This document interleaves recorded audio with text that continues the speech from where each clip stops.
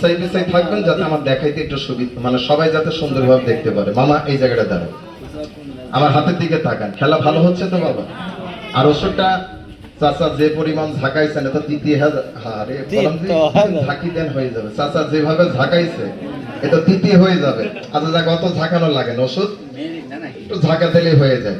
তবে দাদা আমার সঙ্গে লোক নাই, এই ওষুধটা আমি আপনাদের ভিতরেই একজনের দায়িত্ব দেব, আপনারাই খাওয়াবেন। বোতল তো একটা না, এখানে তো অনেকগুলো লাগবে।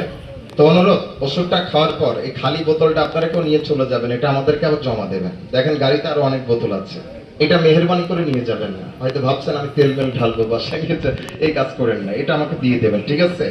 আচ্ছা, তো অনেকে আমাদেরকে প্রশ্ন করে, সাহেব আপনারা যে আসছেন আমাদের বাজারে, ওষুধটা খেলে কি রোগের কাজ হবে এটা তো বললেন না। এখন চোর যে হয় তার দোকানে সাইনবোর্ড থাকে, জাউরা তার বাপের নাম থাকে। এটা যদি ওষুধ কোম্পানি ফ্যাক্টরি হয়, এর নামটা থাকবে কোথায় স্যার?